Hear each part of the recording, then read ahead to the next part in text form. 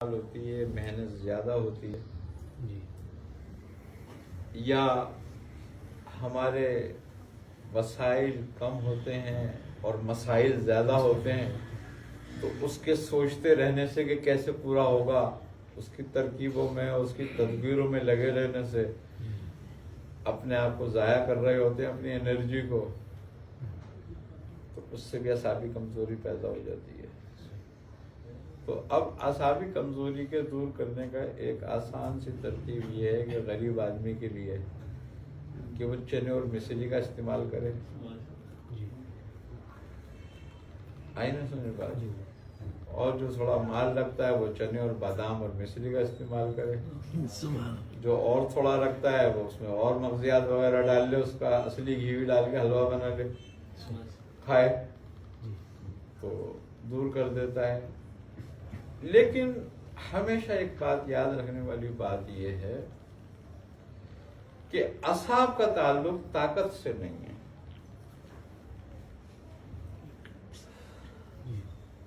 ہمت سے ہے۔ ایک کمزور آدمی وہ کام کر جاتا ہے اپنی ہمت سے جو طاقتور نہیں کرتا۔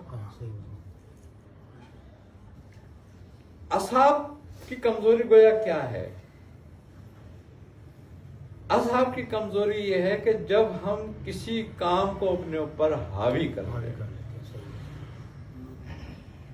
اور اس کے آگے سلنڈر ہو جائیں تو یہ اعصابی کمزوری ہے۔ آئی نا سمجھو بس؟ اچھا، اب چونکہ بات صرف یہ ہے کہ ہم چونکہ مادہ پرست ہیں، مادے کی تدبیر پر بھروسہ کرتے ہیں، تو اس لیے سامنے والی جو مشکل ہوتی ہے وہ ہمیں بڑی نظر آتی ہے۔ کیوں؟ کہ ہم مشکل کو تدبیر سے حل کرنے چاہتے ہیں نا، اور تدبیر ہمیں کمزور نظر آتی ہے۔ لیکن جب ہم سبب کرتے ہیں اور اگر اس سبب کے ساتھ ہماری نظر میں مسبب ہو تو پھر وہ اس سے زیادہ طاقتور تو مشکل نہیں ہے،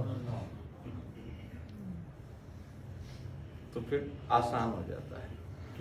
کئی لوگ اعصابی قوت کے حوالے سے معدے کا علاج کرتے ہیں، وہ کہتے ہیں جی معدے میں جو گیس یا تبخیر کے معاملات ہوتے ہیں اس کی وجہ سے اعصاب کمزور ہو جاتے ہیں۔ دیکھو،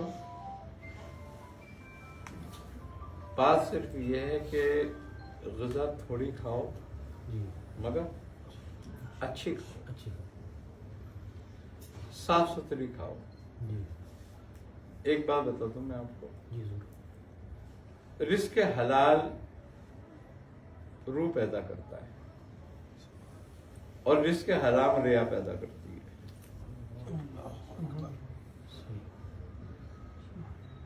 اب ریا میں طاقت نہیں ہے، روح میں طاقت ہے۔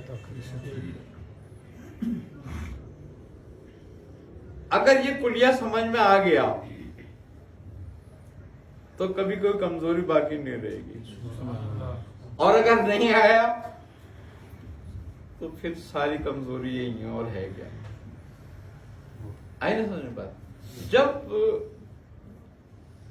عقل حلال استعمال ہوتا ہے نا، ایک کمال بات ہے یہ، تو اللہ اس رزق کو جو ہے ہمارے اندر نور میں تبدیل کرتا ہے۔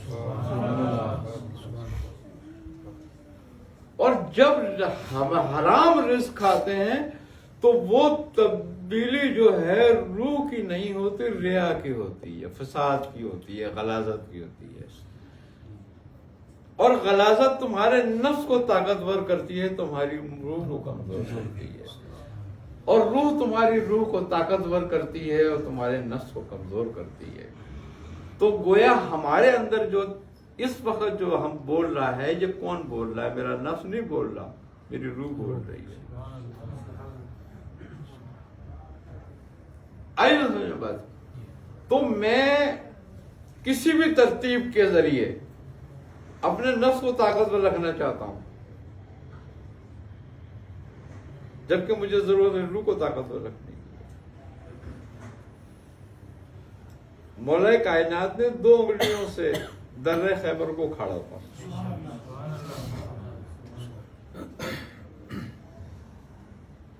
آپ نے صرف 2 ملین ڈالی تھی اور درہ خیبر کو اکھاڑ دیا. وہ درہ خیبر کے جس کے ایک پٹ کو 40 پہلوان کھولتے تھے. اچھا اب کمال بات یہ ہوئی کہ جب وہ درہ خیبر اکھڑ گیا اور وہ درہ فتح ہو گیا تو اس دروازے کو اٹھانے کی نوبت آئی کہ اس دروازے کو اٹھا کے واپس لایا جائے. تو 70 قدم وہاں سے دور جا کے گرا تھا وہ دروازہ.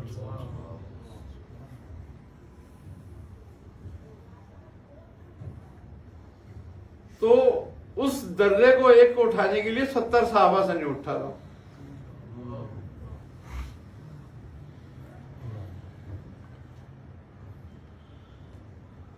جبکہ اس وقت پھر حضرت علی بھی لگے ہوئے تھے. کیا بات ہے. سبحان اللہ. تو کس نے سوال کیا یہ؟ خواجہ حسن بصری سے. آپ ان کے خلیفہ ہیں نا آپ کے. ایسا کیا تھا؟ آپ نے فرمایا اس وقت روح اپنی پوری قوت پر تھی اور اس وقت جسم، کیونکہ وہ کام اللہ کے لیے ہو رہا تھا اس وقت. اب یہ ضرورت کا کام تھا. تو روح مومن کی اتنی طاقتور ہوتی ہے.